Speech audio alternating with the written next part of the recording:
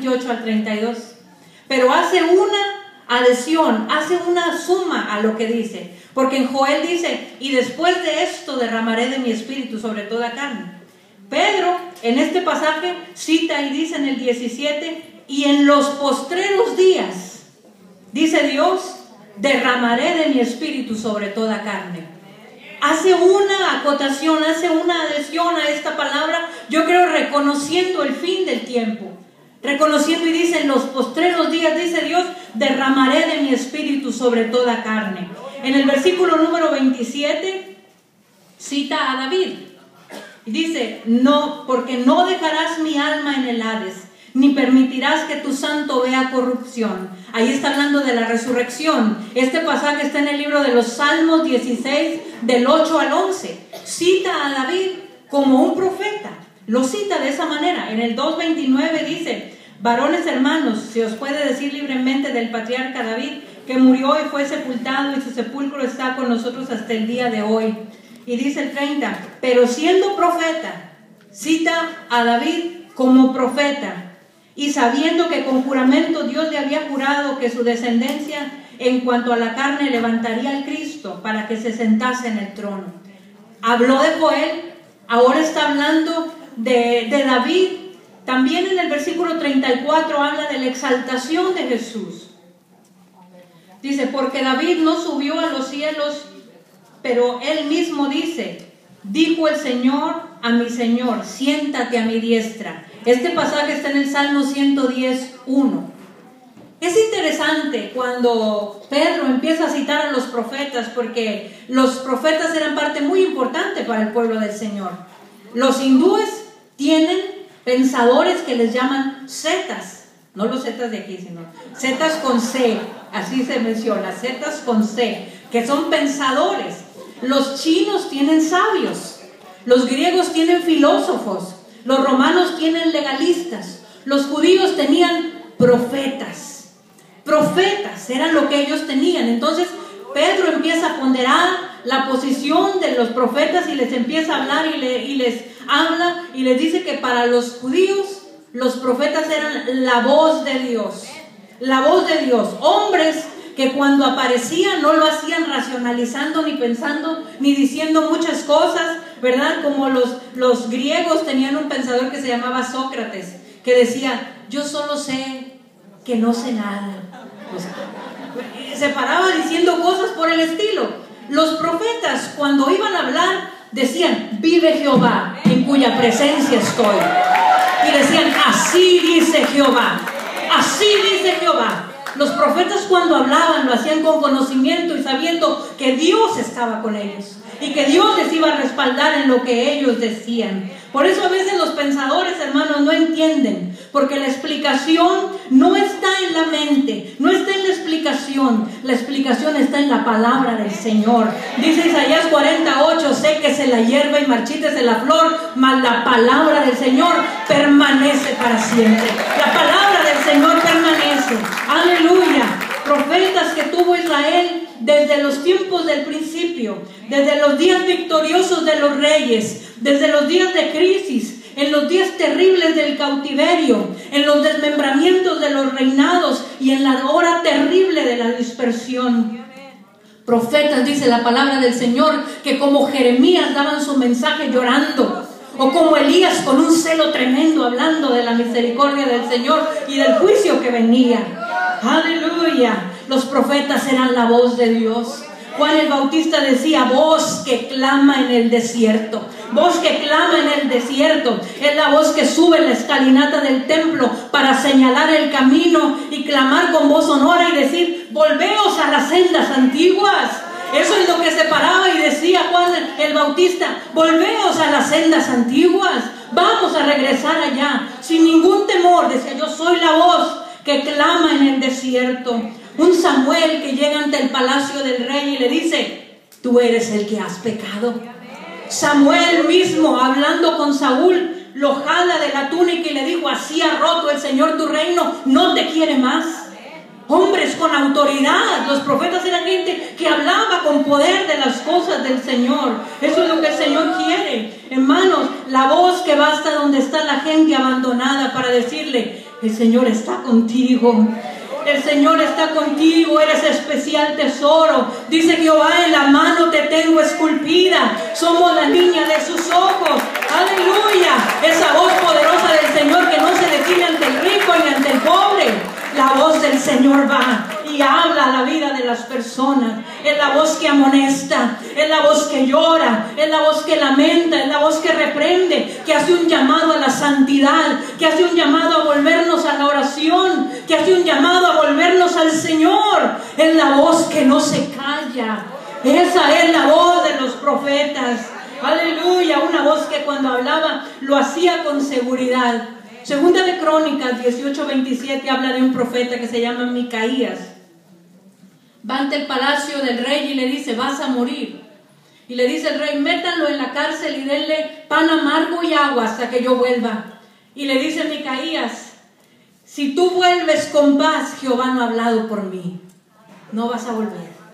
No vas a volver. Con una seguridad tremenda, porque era Dios el que le estaba diciendo. Era el profeta. Y dice la palabra del Señor que este rey se disfrazó, se puso muchas cosas encima para que no lo descubrieran en la batalla. Y allá dice la palabra: una flecha lanzada a la aventura vino y cayó entre las junturas de la armadura, y ahí quedó muerto en medio del campo de batalla. La mano del Señor, la voz del Señor es algo que cambia la vida, es algo que transforma, es una voz que no se calla y que va y que da con seguridad a la necesidad en la vida de las personas. Pero los profetas no solamente eran la voz del Señor, sino eran la mano que señalaba el rumbo. Isaías 6:1 dice: vi al Señor sentado en un trono alto y sublime. El profeta ve al Señor sentado en el trono y lo señala hacia dónde ir. Esa es la voz del profeta. También a Jeremías le dijo: dicta lo que te voy a decir, escribe lo que te voy a decir. Los profetas eran la voz, pero también la mano que escribía lo que el Señor tenía que decir, la mano que señala. Aleluya. Por eso no es de extrañarnos que Pedro, cuando está frente a esta nueva congregación, lo hace con seguridad y le dice: mis hermanos, estos eventos que están viendo, que Cristo murió, que Cristo resucitó, este Jesús que ustedes crucificaron y que ahora está exaltado, no es algo casual. Esto es algo escrito por los profetas. Es algo que ustedes tienen que aceptar, porque es la palabra del Señor poderosa. Ustedes han respetado por años los profetas. Por eso Pedro, tremendo, se lo cita y le dice: David dijo, también Joel dijo, tú lo has respetado. Esto ya estaba escrito. Hermanos, debemos tener fidelidad a la palabra del Señor. Puedo pasar muchas horas de mi vida contando mis historias y mis experiencias.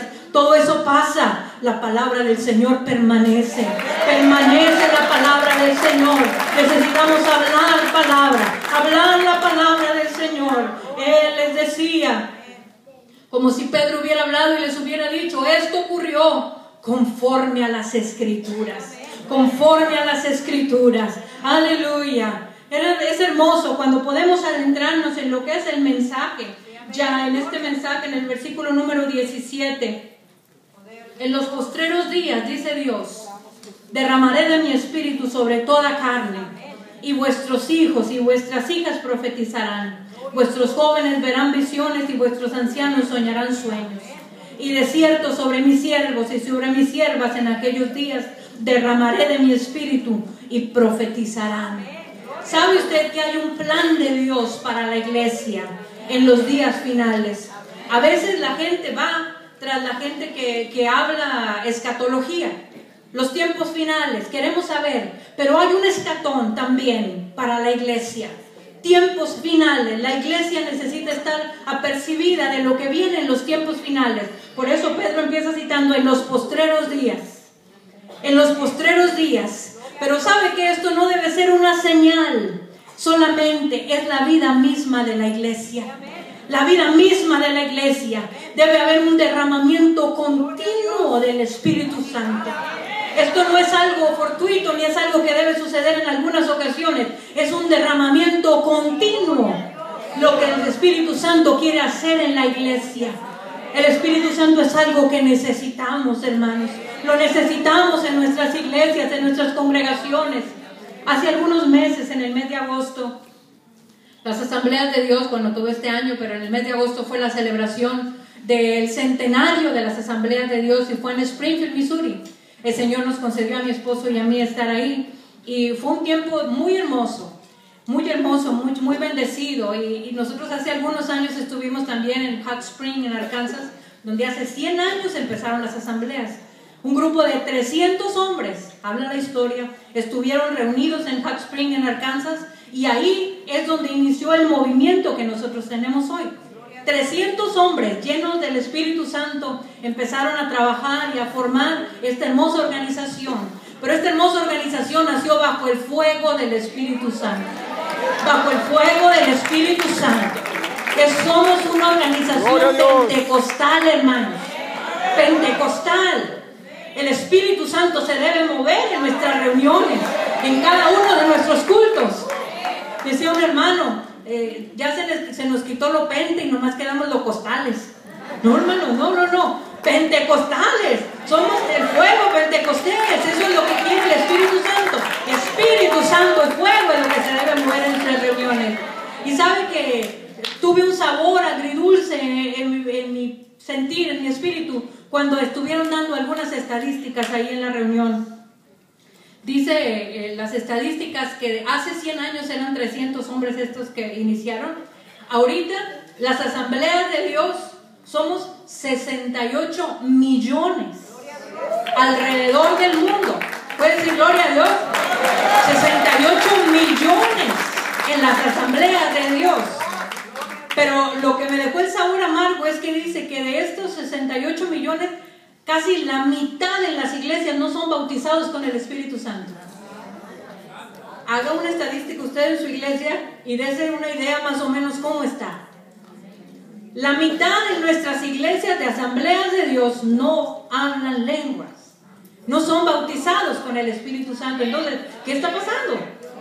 ¿No estamos predicando lo suficiente sobre eso? La experiencia del Espíritu Santo es algo real, hermanos. Cuánta necesidad tenemos del Espíritu Santo.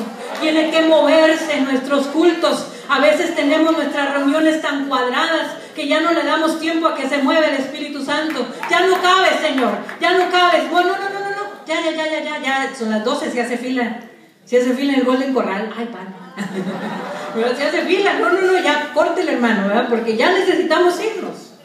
Cuidado, el Espíritu Santo tiene que moverse en nuestro medio, dar libertad, que la persona del Espíritu Santo se mueva en cada uno de nosotros. El Espíritu Santo es una experiencia real. ¿Cuántos de aquí tienen la promesa del Espíritu Santo? ¿Pueden levantar su mano?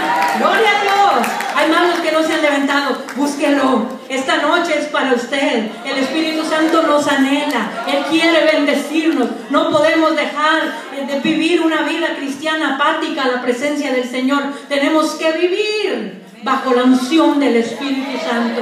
El tiempo no está para menos. Necesitamos buscar con denuedo la promesa del Espíritu Santo. Y cuando el Espíritu Santo se empieza a derramar en la iglesia y fluye, empiezan a fluir los milagros, hermanos. Dice el versículo número 19: y daré prodigios arriba en el cielo y señales abajo en la tierra, sangre, fuego y vapor de humo. Prodigios y señales. Cuando la iglesia está bajo un derramamiento continuo del Espíritu Santo, empieza a haber manifestación, prodigios y señales. Prodigios y señales, empezamos a verlo, no solamente de palabras, sino milagros poderosos del Señor. Hermanos, cuánta necesidad hay a nuestro alrededor. Necesitamos mostrar compasión a la gente necesitada y hablarles de esta bendición que tenemos de tener un Cristo todopoderoso, hermanos. Es un Cristo poderoso a quien nosotros servimos. La Biblia nos habla en el libro de Hechos 3, ahí adelantito solamente de donde estamos, un hecho. Pedro y Juan, dice la palabra del Señor, que iban al templo a la hora de la oración. Y estaba ahí a la puerta un hombre cojo de nacimiento, necesitado. Y dice la palabra del Señor que extiende la mano para pedirle una limosna.